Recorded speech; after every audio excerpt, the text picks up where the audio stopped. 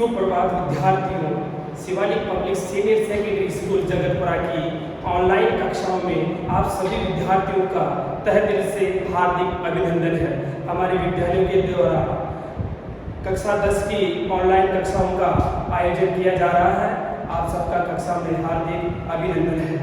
आज हम कक्षा 10 का संधि का जो टॉपिक है उसको विस्तार से पढ़ेंगे। आइए चर्चा करते हैं संधि टॉपिक।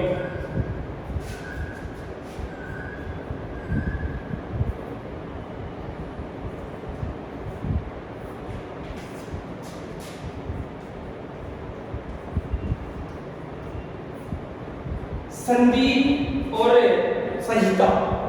संधि और संहिता दोनों शब्द देखने में तो एक जैसे लगते हैं, लेकिन इन दोनों की प्रक्रिया अलग अलग तरीके से है। दोनों को विस्तार से समझते हैं कि किस तरह संधि का निर्माण होता है और संहिता का किन किन उपसर्ग, धातु और प्रत्यय से मिलकर के दोनों शब्द का निर्माण होता है।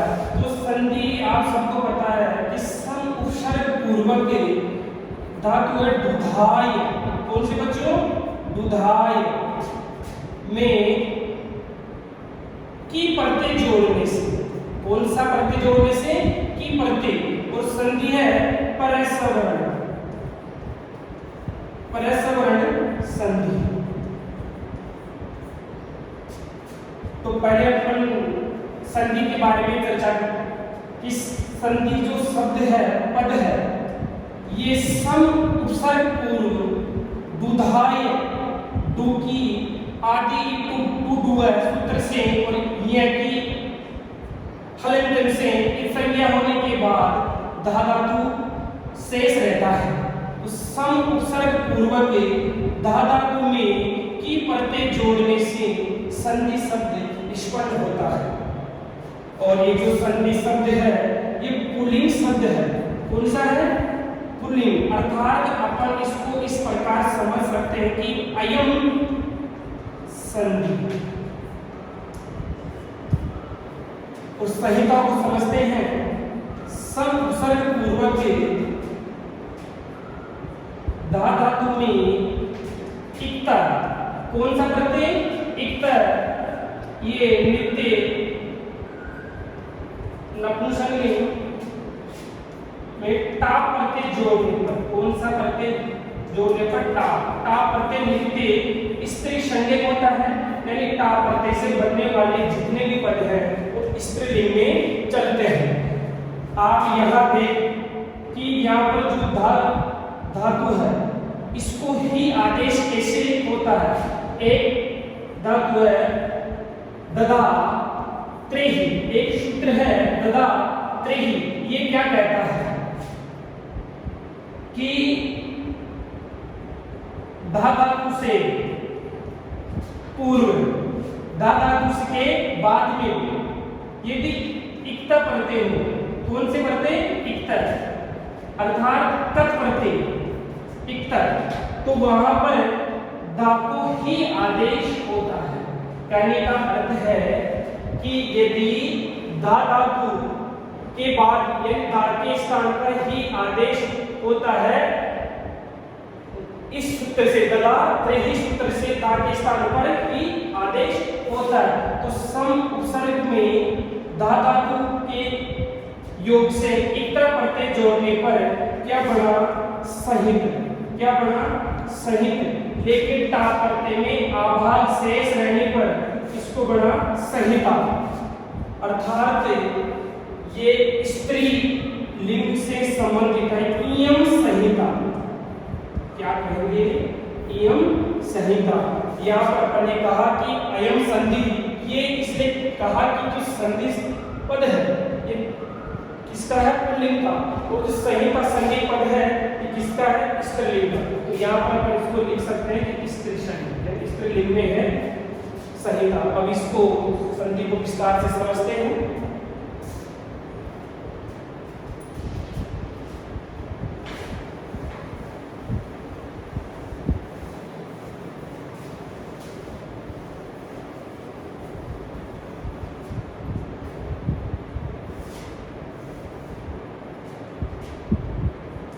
सबसे पहले संधि की डेफिनेशन देखते हैं, परिभाषा कि संधि किसे कहते हैं।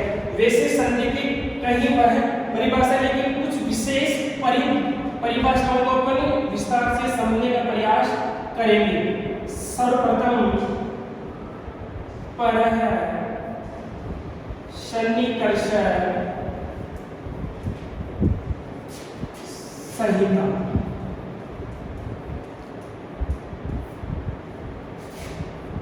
नेक्स्ट डेफिनेशन है लोक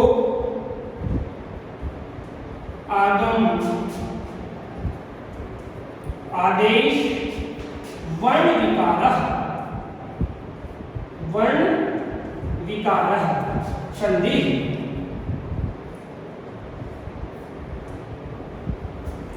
लोक आगम आदेश वर्ण के विकार को ही संधि कहा जाता है। यहाँ पर प्रथम डेफिनेशन के आधार पर यदि अपन इसको हिंदी भाषा में समझने का प्रयत्न करें तो पर बाद वाले वर्ण को पहले वाले वर्ण के सन्निकर्ष जितना संभव हो पास में लाना ही संधि कहलाता है। लोक यहाँ पर किसी वर्ण का कभी कभी लोप होता है, आगम उसके स्थान पर दूसरा वर्ण आदेश होता है, और वर्ण विकार और दोनों पदों के मिलाने से कोई वर्ण में विकार का अर्थ होता है चेंज। जैसे देखो अपन आगे बढ़ेंगे कि अ और अ दोनों को मिलाने से किसका निर्माण हुआ, किस वर्ण का आ, ये इसमें विकार उत्पन्न हुआ। इसे कोई कहते हैं वर्ण विकार, यानी परस्पर मिलने वाले दोनों ही वर्ण के माध्यम से संधि को समझने का प्रयास अपन यहाँ पर किया है। अब संधि के भेद को लेकर के चर्चा करते हैं कि संधि के कितने भेद हैं, किन किन आचार्यों के मत में संधि के कितने भेद माने गए हैं। तो ये यहाँ पर आपको दोनों वचनों के माध्यम से आप समझ गए होंगे कि संधि किसे कहते हैं। एक बार और पुनः चर्चा करते हैं अपन कि बाद वाले वर्ण को पहले वाले वर्ण के यथासंभव पास में लाना ही संधि या संहिता कहलाता है। अब यहाँ पर संधि के भेद को लेकर के चर्चा करते हैं। वैसे सामान्य तौर पर संधि के 5 भेद मान सकते हैं और कहीं के मत में 3 भेद भी मान सकते हैं। किस आचार्य ने 3 माने और किसने 5 माने, इसके आधार पर संधि को देखते हैं। आचार्य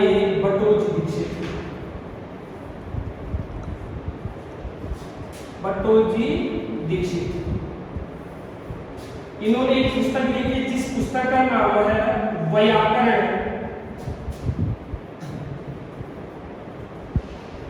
सिद्धांत कौमुदी। व्याकरण सिद्धांत कौमुदी, इस व्याकरण सिद्धांत कौमुदी में भट्टोजी दीक्षित ने संधि के कितने भेद माने हैं? 5। उन्होंने 5 भेद कौन कौन से माने हैं? नंबर 1 अच, इस अच को उन्होंने स्वर कहा। क्या कहा? स्वर। नंबर 2 पे उन्होंने माना हल, अरे इस हल को बोलते हैं व्यंजन संधि। कौन सी? व्यंजन। नंबर 3 पे उन्होंने माना विसर्ग के स्थान पर होने वाली संधि। कौन सी है? विसर्ग। और नंबर 4 पे उन्होंने माना प्रकृति भाव। कौन सी? प्रकृति भाव। नंबर 5 में उन्होंने माना सु आदि प्रत्ययों के आधार पर स्वादि संधि।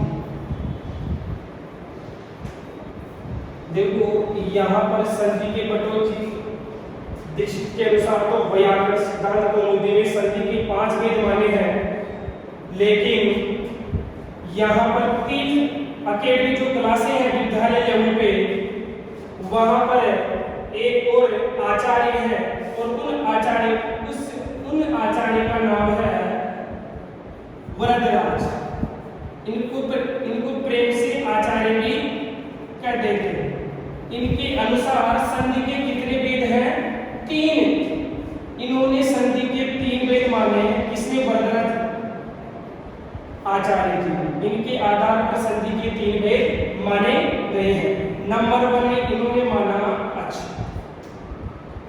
नंबर 2 व्यंजन।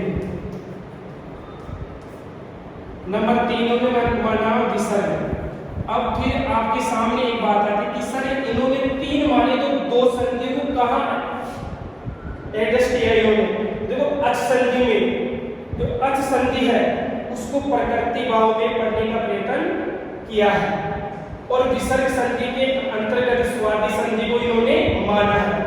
तो वरदराज आचार्य के अनुसार संधि के 3 भेद माने हैं और इसको आधार मान करके ही अपन संधि के जो भेद है उनको पढ़ने का प्रयास करेंगे। तो वरदराज आचार्य ने संधि के 3 भेद मानते हुए कौन से अच, व्यंजन, विसर्ग, इस अच को स्वर कहते हैं और इस व्यंजन को हल और विसर्ग के स्थान पर होने वाली संधि विसर्ग संधि कहलाती है। अब यहाँ पर वरदराज आचार्य के अनुसार संधि को पढ़ने का प्रयास करेंगे,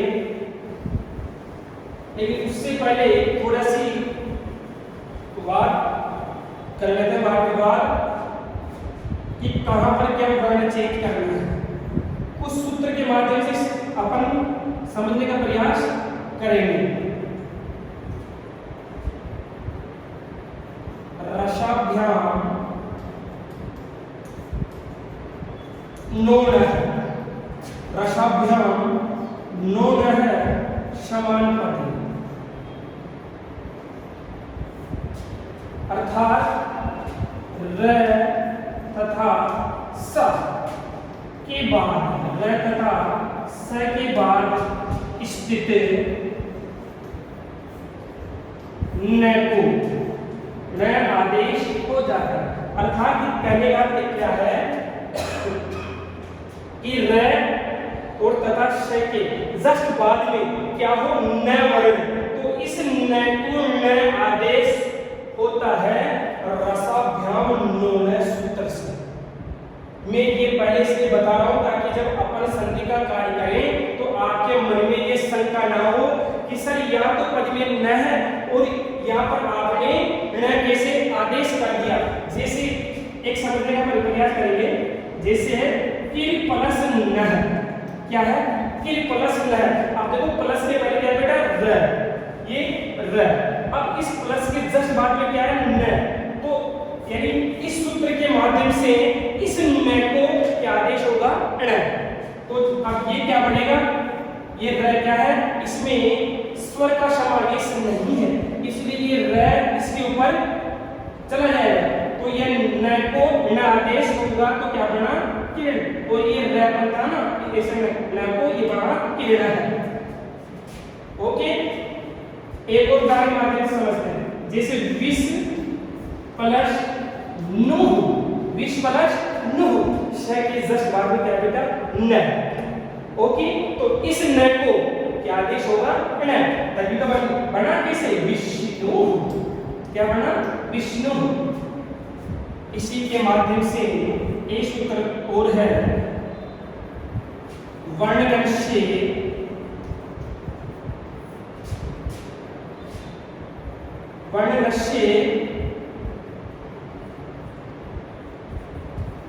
नक्त्वम, वर्णनस्य नक्त्वम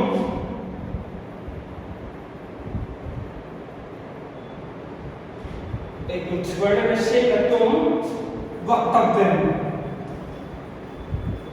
अर्थात ये क्या कहते हैं कि पद में प्लस के री के जस्ट बाद में क्या हो बेटा न, तो उसको भी क्या आदेश होगा न। यानी कि यदि प्लस के पहले तो क्या हो बेटा री और उस री के बाद में क्या हो न, तो उस न को भी न आदेश होगा। जैसे एक उदाहरण के माध्यम से समझते हैं, पितृ प्लस नाम, क्या बेटा पितृ प्लस नाम, तो देखो प्लस के पहले पहले री का समावेश है, री स्वर है, तो अब इस री के स्थान पर इस री यानी कि इस री के जस्ट बाद में न है, तो इस न को क्या आदेश हो जाएगा न, तो क्या बनेगा पितृ। ओके, और इस न के स्थान पर ये न, आ का मात्रा ये आ, क्या बना पितृ नाम। ओके, लेकिन ये लास्ट वाला सूत्र क्या कहता है, पदांत अर्थात पद के अंत में स्थित, पद के अंत में स्थित, पद के अंत में स्थित इस न को कभी भी ऋण आदेश नहीं होगा।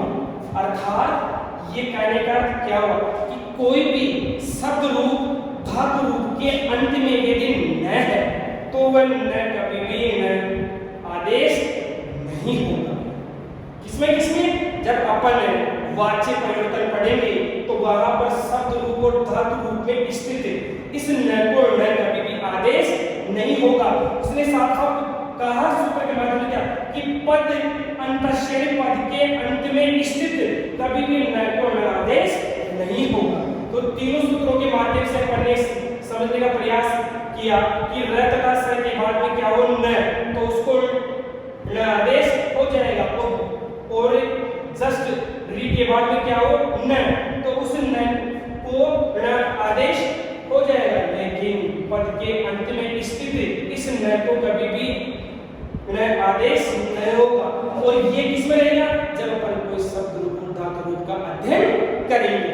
तो यहाँ पर तीनों सूत्रों के माध्यम से कुछ विकार के उन कमियों को दूर करने के लिए मैंने इनको पहले इसलिए बताया है कि ताकि जब अपन संधियों का निर्माण करें तो वहां पर किसी प्रकार की दुविधा अपन को देखने को ना मिले।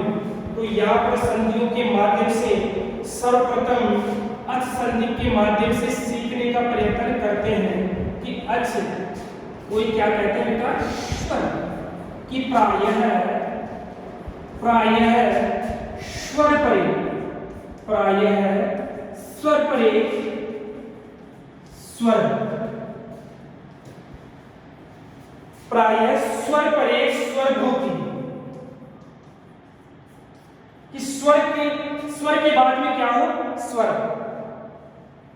ठीक है, तो वहां पर कौन सी संधि होगी? अचिया स्व संधि। अर्थात कि परस्पर मिलने वाले दोनों ही वर्ण प्लस के पहले और प्लस के जस्ट बाद में भी क्या हो स्वर, कि प्लस के पहले भी स्वर हो और प्लस के बाद भी स्वर हो। तो वहां पर किस संधि का निर्माण होगा? अच या स्वर संधि का। अब यहाँ पर कई विद्वानों को लेकर के मतभेद है कि सर अच संधि के कितने भेद माने, कभी 5 पढ़ाते हैं, कभी 6 पढ़ाते हैं, कभी 7 पढ़ाते हैं। जैसे अब प्रकृति भाव संधि थी, कौन सी थी? प्रकृति भाव।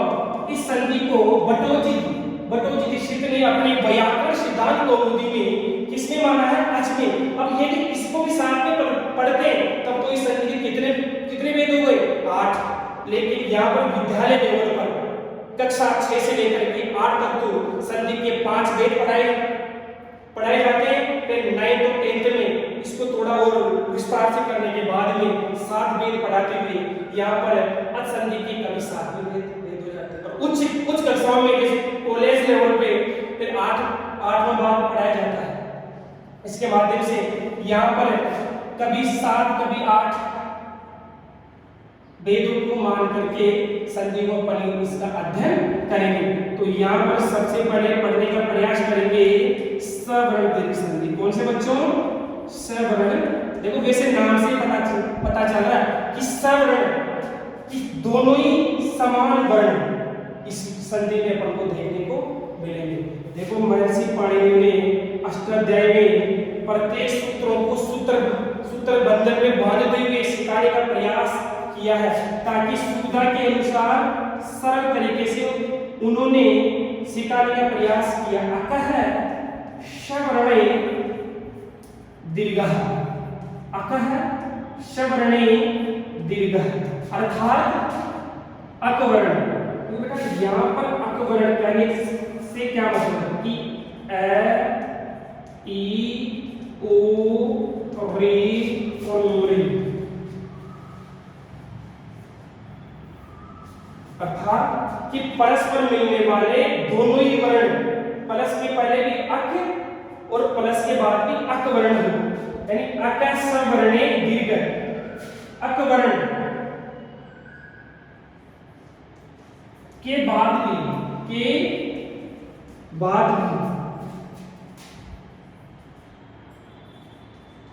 इन्हीं के समान इन्हीं के समान अकवर्ण है। तो दोनों के स्थान पर, दोनों वर्ण के स्थान पर, दोनों वर्ण के स्थान पर, दोनों वर्ण के स्थान पर एक आदेश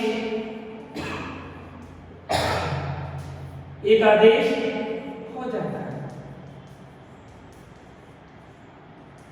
प्रिय विद्यार्थियों, यहाँ पर एक आदेश से तात्पर्य है कि दो स्वर वर्णों के स्थान पर एक स्वर वर्ण आदेश हो जाता है। अब सारणी के माध्यम से सीखने का प्रयास करेंगे।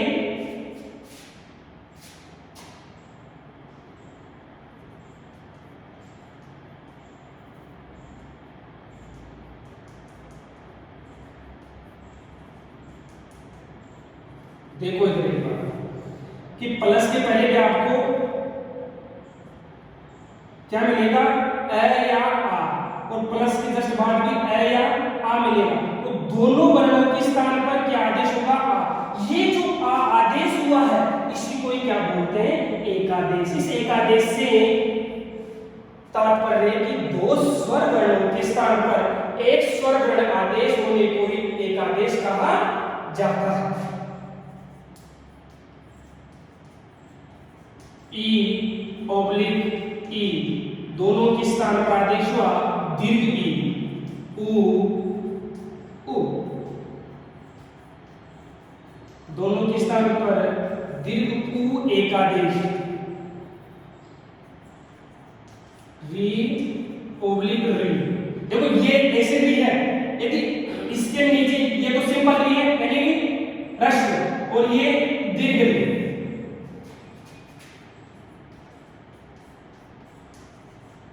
दोनों के स्थान पर दीर्घ री आदेश। ओके, यहां पर ली, इसका कोई दीर्घ रूप नहीं होता है। देखो महर्षि पाणिनि ने जो बड़ा ग्रंथ है अष्टाध्यायी, उस अष्टाध्यायी में स्वर को इस प्रकार, यानी कि उन्होंने वर्णभेद को किस प्रकार बांटा है कि उन्होंने यानी कि स्वर को किस माध्यम से समझाने का प्रयास किया, ऋष्व स्वर, दीर्घ स्वर और प्लुत स्वर।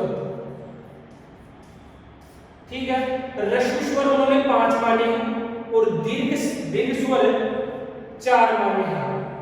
कौन कौन से, ए ओ आई औ। देखो प्लुत स्वर किसे किसे कहते हैं, जैसे अपन कोई भी स्वर, जैसे ये अ है, इस अ के आगे मैंने तीन का जैसा सिंबल लगा दिया, तो इस ये प्लुत स्वर। वैसे सीखने का प्रयत्न कर, जैसे अपन किसी के माध्यम से किसी को संबोधन करते हैं कि हे राम, ये प्लुत स्वर का किसी को संबोधन करने में भी किस स्वर यानी लंबी ध्वनि का संकेत करें तो कौन सा स्वर कहलाता है, प्लुत स्वर। जैसे बोलो ओम, लंबी गई ना प्रतिक्रिया, तो कौन सा स्वर का प्रयोग है इसमें, प्लुत स्वर का। तो यहाँ पर ली का दीर्घ रूप नहीं होता है।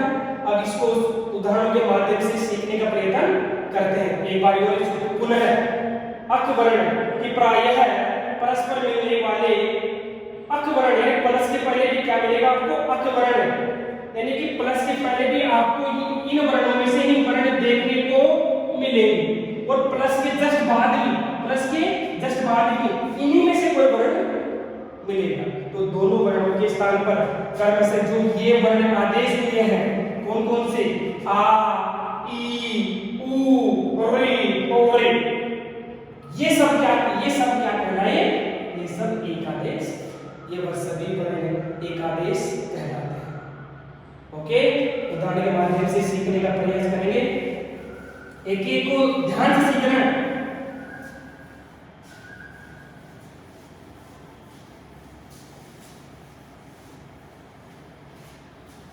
आइए,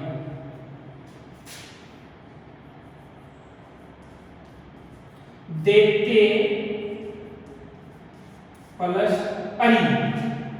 देखो प्लस के पहले यहाँ देखना है, प्लस के जस्ट बाद में देखना है। ओके, तो ये देखते इस ये में से मैंने किसको निकाला था, इस ये में किसका साउंड है, ए का, इसको बाहर निकाला ये ए, प्लस के जस्ट बाद में किसका साउंड है बेटा, ए का। तो दोनों ही वर्ण के स्थान पर आदेश ए प्लस ए बराबर क्या आदेश होता आ, तो दोनों ही स्वर वर्णों के स्थान पर जो ये आदेश हुआ इसको बोलते हैं एक आदेश। अब देखो यहाँ पर ए को अपने बाहर निकाला था, ए को यहाँ पर मैंने रख दिया है। अब इसमें से ए को यहाँ रखा तो यहाँ पर क्यों री तो सिंपल बचेगा ना, तो आपको उठाओ ये में मिला बेटा, क्या बना दैत्य, और पीछे क्या बचा था, क्या बन गया दैत्य। एक और देखूंगा, मुर प्लस अरि, मुर प्लस अरि, देखो र में किसका साउंड है, ए का, ए को इसमें से यहाँ पर रखा ए को, और प्लस के बाद में क्या बेटा ए, दोनों वर्णों के स्थान पर क्या लिया आ को किसे मिलाए र में, क्या बना केवल मुरा, क्योंकि र में आपके साउंड को मिलाएंगे तो र में बनेगा रा, यानी रा, और पीछे क्या बनेगा री, क्या बन गया मुरा। ओके, एक ई वाला उदाहरण भी ले लेते हैं, कपि प्लस ईशर, कपि प्लस ईशर। देखो पर में किसका साउंड है, ई का, पर में किसका साउंड है, ई का। ओके, तो ये ई में पर में से ई को बाहर निकाला, ये ह्रस्व ई, और प्लस के बाद में दीर्घ ई, दोनों के स्थान पर क्या आदेश होगा बेटा, दीर्घ ई, और पीछे क्या बचा स, क्या बचा स, ई को उठाएंगे पर में मिलाएंगे। देखो यहाँ पर एक चीज का ध्यान आपको रखना है कि जैसा स्वर है दीर्घ है तो दीर्घ ही लेना है, ये दीर्घ ई, पीछे क्या बचता श, क्या बना कपीशा।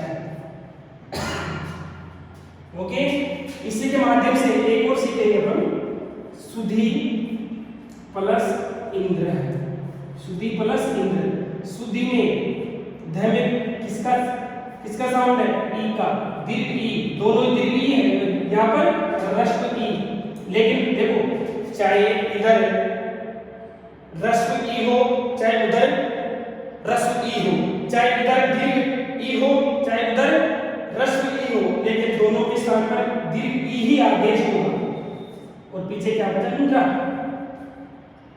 ई को इसमें मिलाएंगे,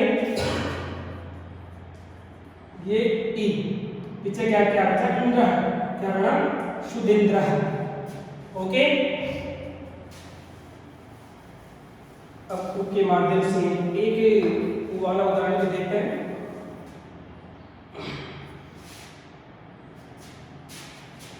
एक वाला उदाहरण देखते हैं, वधु प्लस उत्सव, वधु प्लस उत्सव। ध में किसका साउंड है बेटा, ऊ का, ये ध में से बाहर निकाला ऊ को, और लेकिन दीर्घ ऊ है, और पीछे ह्रस्व ऊ, दोनों के स्थान पर क्या आदेश होगा, दीर्घ ऊ, और पीछे क्या बचेगा ह्रस्व स्वर, ऊ को ध में, ये वधु।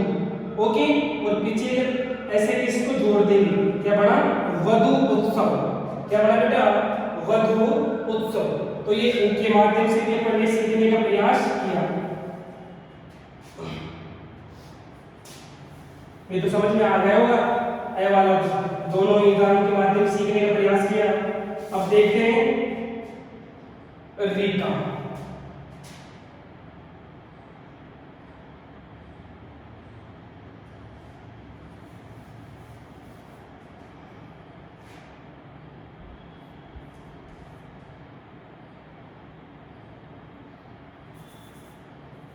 होत्री प्लस रीका। देखो प्लस के बेटा, प्लस के पहले आपको साउंड देखना है और प्लस के जस्ट बाद में देखना है। तो देखो पहले किसका साउंड मिला हुआ है, री का।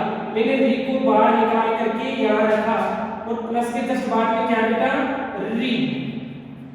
दोनों के स्थान पर ये दीर्घ, देखो दीर्घ, ये तो सिंपली ये तो ह्रस्व ही है और एक और इस तरह मिलाने पर ये दीर्घ री कैसे बनता है और पीछे क्या बना का।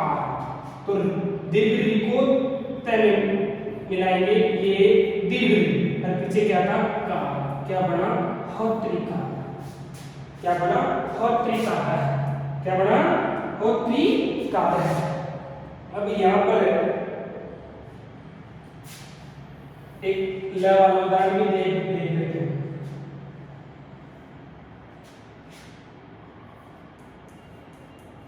गमरी प्लस मृका, क्या बना गमरी प्लस मृका। देखो मैंने आपको जब वो सारणी बनाई थी तो वहां पर समझाने का प्रयास करा था आपको क्या कि मृका दीर्घ रूप नहीं होता है। दीर्घ का यानी कि मृका दीर्घ रूप नहीं होता है। तो ये गमरी ओके, तो और ये मृ दोनों के स्थान पर वही मृ आदेश क्या बनेगा गमृका, अर्थात इस मृ का दीर्घ रूप नहीं होता है। लेकिन यहाँ पर एक दो उदाहरणों के माध्यम से समझने का प्रयास करेंगे